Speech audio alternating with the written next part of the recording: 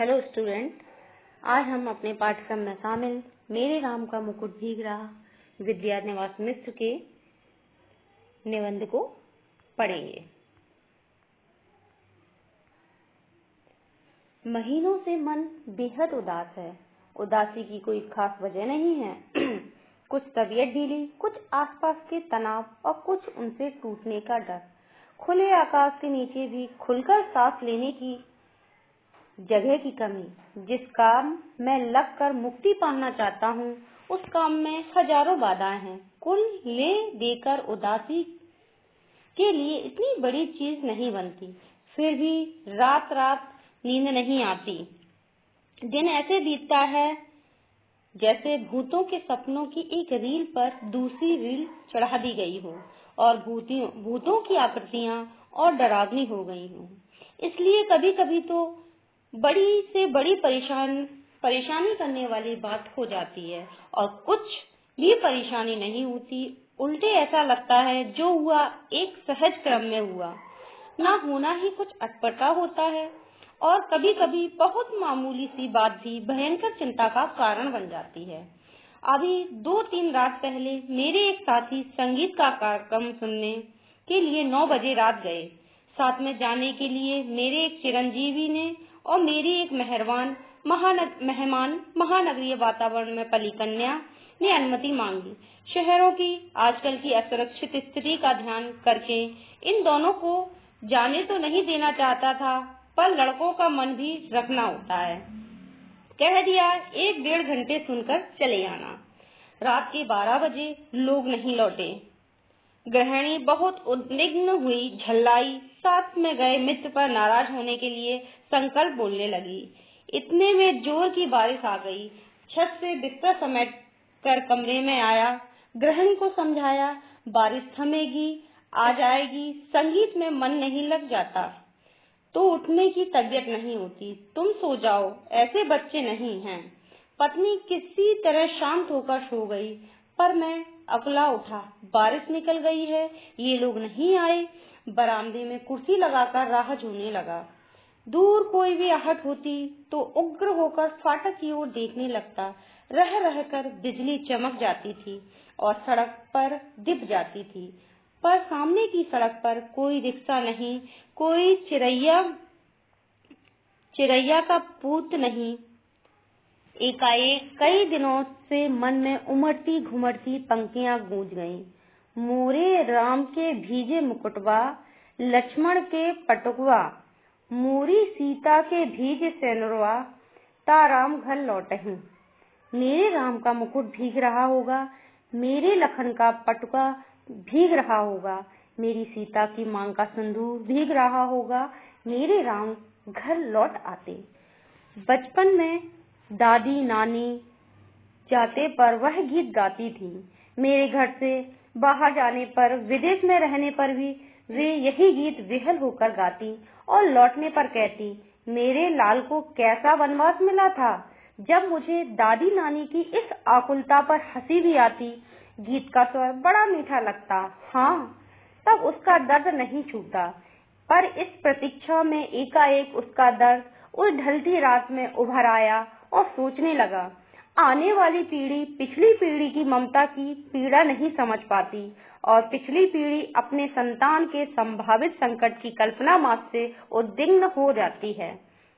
मन में यह प्रतीत ही नहीं होता कि अब संतान समर्थ है, बड़ा से बड़ा संकट झेल लेगी। बार बार मन को समझाने की कोशिश करता। लड़की दिल्ली विश्वविद्यालय के कॉलेज में पढ़ाती है। लड़का संकट बोध की कविता लिखता है, पर लड़की का ख्याल आते ही दुश्चिंता होती। गली में जाने कैसे तत्व रहते हैं, लौटते समय कहीं कुछ हो न गया हो और अपने भीतर अनायास अपराधी होने का भाव जाग जाता। मुझे रोकना चाहिए था या कोई व्यवस्था करनी चाहिए थी। पराई लड़की, और लड़की तो हर एक पराई होती है, धोबी की मुटकी की तरह घाट पर खुले आकाश में कितने दिन फहराएगी। अंत में उसे गृहिणी बनने जाना ही है। घर आई, कहीं कुछ हो जाए मन फिर घूम गया कौशल्या की ओर, लाखों करोड़ों कौशल्याओं की ओर, और लाखों करोड़ों कौशल्याओं के द्वारा मुखरित एक अनाम अरूप कौशल्या की ओर। इन सबके राम वन में निर्वासित हैं, पर क्या बात है कि मुकुट अभी भी उनके माथे पर बंधा है और उसी के भीगने की इतनी चिंता है।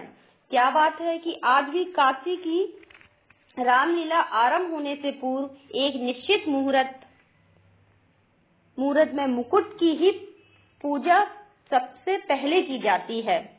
क्या बात है कि तुलसीदास ने कानन को सत अवध समाना कहा और चित्रकूट में ही पहुंचने पर उन्हें कली की कुटिल कुचाल दिख पड़ी। क्या बात है कि आज भी वनवासी धनुर्धर राम ही लोकमानस के राम बने हुए हैं। कहीं न कहीं इन सबके बीच एक संगति होनी चाहिए। अभिषेक की बात चली, मन में अभिषेक हो गया और मन में राम के साथ राम का मुकुट प्रतिष्ठित हो गया।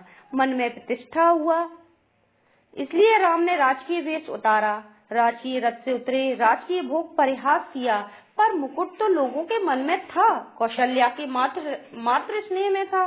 वह कैसे उतरता? वह मस्तक पर विराजमान रहा और राम भीगे तो भीगे, मुकुट न भीग पाए, इसकी चिंता बनी रही। राजा राम के साथ उनकी अंगरक्षक लक्ष्मण का कमरबंद दुपट्टा भी प्रहरी की जागरूकता का उपलक्षण न भीगने पाए और अखंड सौभाग्यवती सीता की मांग का सिंदूर न भीगने पाए। सीता भले ही भीग जाए, राम तो वन से लौट आए, सीता को लक्ष्मण फिर निर्वासित कर आए। यह लोकमानस में राम की वन यात्रा अभी नहीं रुकी। मुकुट, दुपट्टे और सिंदूर के भीगने की आशंका अभी भी साल रही है। कितनी अयोध्याएं बसी, उजड़ी, पर निर्वासित राम की असली राजधानी जंगल का रास्ता अपने कांटों, कुशों, कंकड़ों, पत्थरों की वैसी ही ताजी चुभन लिए हुए बरकरार है, क्योंकि जिनका आसरा साधारण गंवार आदमी भी लगा सकता है, वे राम तो सदा निर्वासित ही रहेंगे और उनके राजपाट को संभालने वाले भरत अयोध्या के समीप रहते हुए भी उनसे भी अधिक निर्वासित रहेंगे। निर्वासित ही नहीं, बल्कि एक कालकोठरी में बंद जिलावतनी की तरह दिन बिताएंगे।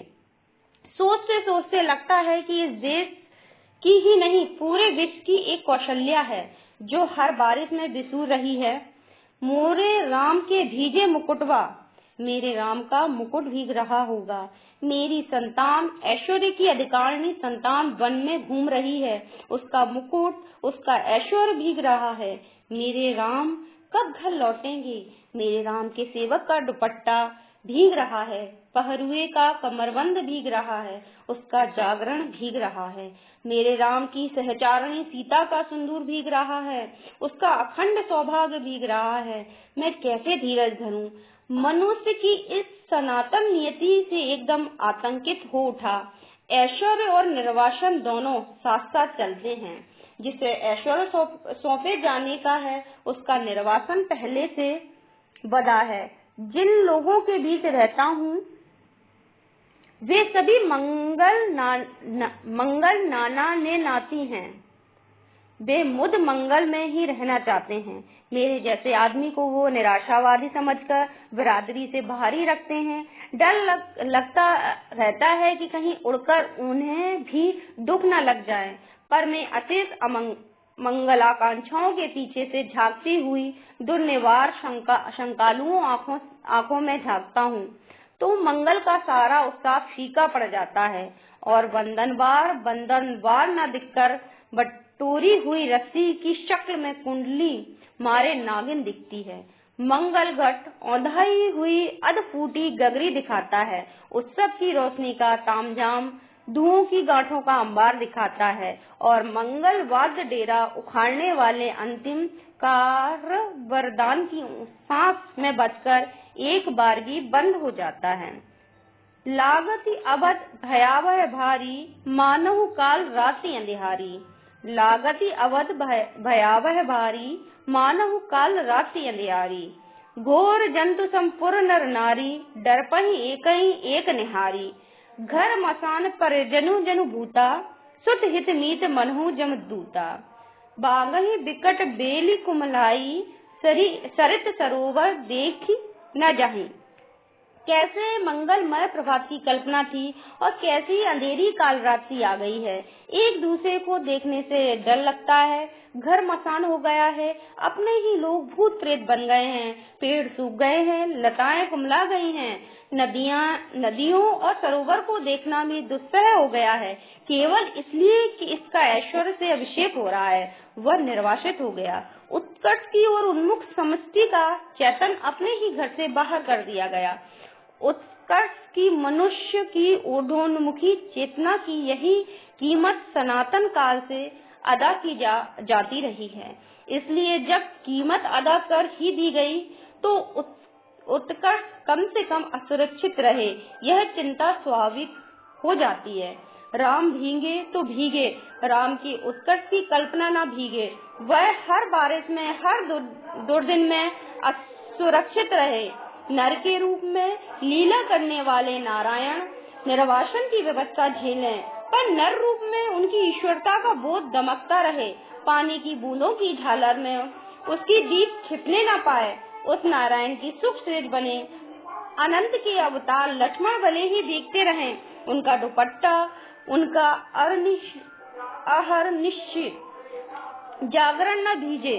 शेष नारायण के ऐश्वर्य का गौरव अनंत शेष के जागर संकल्प से ही सुरक्षित हो सकेगा।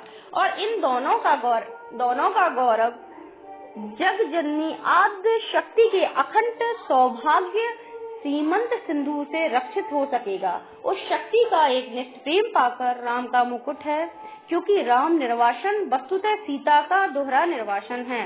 राम तो लौटकर राजा होते हैं, पर रानी होते ही सीता राजा राम द्वारा वन में निर्वासित कर दी जाती है। राम के साथ लक्ष्मण है, सीता है। सीता वन्य पशुओं से घिरी हुई विजयन में सोचती है, प्रसव की पीड़ा हो रही है, कौन इस बेला में सहारा देगा, कौन प्रसव के समान प्रकाश दिखलाएगा, कौन मुझे संभालेगा, कौन जन्म के गीत गाएगा। कोई गीत नहीं गाता। सीता जंगल की सूखी लकड़ियां बीनकर जलाकर अंजोर करती है और जुड़वा बच्चों का मुंह निहारती है। दूध की तरह अपमान की ज्वाला में चित्तकूट पड़ने के लिए उफनता है और बच्चों की प्यारी और मासूम सूरत देखते ही उस पर पानी के छींटे पड़ जाते हैं। उफान दब जाता है, पर इस निर्वासन में सीता का सौभाग्य अखंडित है। वह राम के मुकुट को तब भी प्रमाणित करता है। मुकुटधारी राम को निर्वासन से भी बड़ी व्यथा देता है और एक बार और अयोध्या जंगल बन जाती है। स्नेह की रसधारा रेत बन जाती है। सब कुछ उलट पलट जाता है। भभूति के शब्दों में पहचान की बस एक निशानी बच रहती है। दूर ऊंचे खड़े तटस्थ पहाड़, राज मुकुट में जड़े हीरों की चमक के सैकड़ों शिखर, एकदम कठोर, तीखे और निर्मम।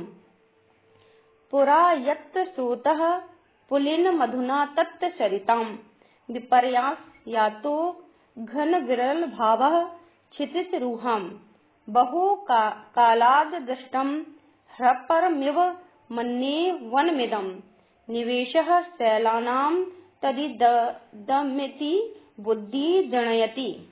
राम का मुकुट इतना भारी हो जाता है कि राम उस बोझ से करा उठते हैं और इस वेदना के चीत्कार में सीता के माथे का सिंदूर और दमक उठता है। सीता का वर्चस्व और प्रखर हो उठता है। कुर्सी पर पड़े पड़े यह सब सोचते सोचते 4 बजने को आए। इतने में दरवाजे पर हल्की सी दस्तक पड़ी। चिरंजीव निचली मंजिल से ऊपर नहीं चढ़े। सहमी हुई कृष्णा, मेरी मेहमान लड़की, बोली, दरवाजा खोलिए। आंखों में इतनी कातरता कि कुछ कहते नहीं बना। सिर्फ इतना कहा कि तुम लोगों को इसका क्या अंदाज होगा कि हम कितने परेशान रहे हैं। भोजन दूध धरा रह गया, किसी ने छुआ नहीं। मुंह ढककर सोने का बहाना शुरू हुआ। मैं भी स्वस्थ थी कि सांस लेकर बिस्तर पर पड़ा, पर अर्ध चेतन अवस्था में फिर जहाँ खोया हुआ था वहीं लौट गया। अपने लड़के घर लौट आए। बारिश ने नहीं, संगीत से भीगकर मेरी दादी नानी के गीतों के राम, लखन और सीता अभी भी वन वन भीग रहे हैं। तेज बारिश में पेड़ की छाया और दुखद हो जाती है। पेड़ की हर पत्ती में टप टप बूंद पड़ने लगती है। तने पर टिके तो उसकी हर नस नस से आप्लावित होकर बारिश पीठ गलाने लगती है। जाने कब से मेरे राम भीग रहे हैं और बादल है कि मूसलाधार ढरकाए चले जा रहे हैं। इतने में मन में एक चोर धीरे से फुसफुसाता है, राम तुम्हारे कब से हुए? तुम जिसकी बुनाहट पहचान में नहीं आती, जिसके व्यक्तित्व के ताने बाने तार तार होकर अलग हो गए हैं, तुम्हारे कहे जाने वाले कोई हो भी सके कि वह तुम कह रहे हो मेरे राम। और चोर की बात सच लगती है। मन कितना बटा हुआ है, मनचाही और अनचाही दोनों तरह की हजार चीजों में दूसरे कुछ पतियाएं भी, पर अपने ही भीतर प्रतीति नहीं होती कि मैं किसी का हूँ या कोई मेरा है। पर दूसरी ओर यह भी सोचता हूँ कि क्या बार बार विचित्र से अनमनेपन के कारण अनमनेपन में अकारण चिंता किसी के लिए होती है? वह चिंता क्या पराये के लिए होती है? वह क्या कुछ भी अपना नहीं है? फिर इस अनमनेपन में ही क्या राम अपनाने के लिए हाथ नहीं बढ़ाने आए हैं? क्या ना कुछ होना और ना कुछ बनना ही अपनाने की उनकी बड़ी हुई शर्त नहीं है? तार टूट जाता है, मेरे राम का मुकुट भीग रहा है, यह भीतर से कहाँ पाऊं? अपनी उदासी से ऐसा चिपकाव, अपने सकरे से दर्द से ऐसा रिश्ता, राम को अपना कहने के लिए केवल उनके लिए भरा हुआ हृदय कहाँ पाऊं? मैं शब्दों के घने जंगलों में हिरा गया हूँ। जानता हूँ इन्हीं जंगलों के आसपास किसी टेकड़ी पर राम की पर्णकुटी है, पर इन उलझाने वाले शब्दों के अलावा मेरे पास कोई राह नहीं है। शायद सामने उपस्थित अपने ही मनोराज्य के युवराज, अपने बचे खुचे स्नेह के पात, अपने भविष्य के संकट की चिंता में राम के निर्वासन का जो ध्यान आ जाता है, उनसे भी अधिक एक बिजली से जगमगाते शहर में एक पढ़ी लिखी चंद दिनों की मेहमान लड़की के एक रात कुछ देर से लौटने पर अकारण चिंता हो जाती है। उसमें सीता का ख्याल आ जाता है। वह राम के मुकुट या सीता के सिंदूर के भीगने की आशंका से जोड़ने न जोड़े। आज की दरिद्र अर्थहीन उदासी को कुछ ऐसा अर्थ नहीं देता जिससे जिंदगी ऊप से कुछ उबर सके। और इतने में पूरब से हल्की उजास आती है और शहर के इस शोर भरे बियावान में चक्की के स्वर के साथ चढ़ती उतरती जंतसार गीती हल्की सी सहन पैदा कर जाती है। मोरे राम के भीजे मुकुटबा और अमचूर की तरह विश्वविद्यालयीन जीवन की नीरसता में सूखा मन कुछ जरूर ऊपरी सतह पर ही सही दिखता नहीं तो कुछ नम तो जरूर ही हो जाता है। और महीनों की उमड़ी घुमड़ी उदासी बरसने को आ जाती है। बरस ना पाए यह अलग बात है, कुछ भीतर भाव हो तब न बरसे, पर बरसने का यह भाव जिस ओर से आ रहा है उधर राह होनी चाहिए। इतनी असंख्य कौशल्याओं के कंठ में बसी हुई जो एक अरूप ध्वनिमयी कौशल्या है, अपनी सृष्टि के संकट में उसके सत्य उत्कर्ष के लिए आकुल, उस कौशल्या की ओर, उस मानवीय संवेदना की ओर ही कहीं राह है घास के नीचे दबी हुई। पर उस घास की महिमा अपरंपार है। उसे तो आज वन पशुओं का राष्ट्रीय संरक्षित क्षेत्र बनाया जा रहा है।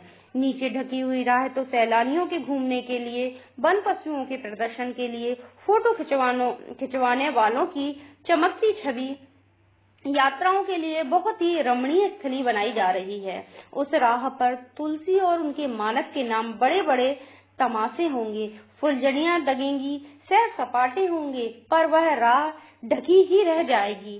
केवल चक्की का स्वर, श्रम का स्वर, ढलती रात में, भीगती रात में अनसोए बादशाह का स्वर राह तलाशता रहेगा। किस ओर राम मुड़े होंगे बारिश से बचने के लिए, किस ओर बता दो सखी। मेरे राम का मुकुट मैंने विद्या निवास मिश्र के निबंध संग्रह से लिया है, जिसका मैं सहाभाव व्यक्त करती हूँ। जी धन्यवाद।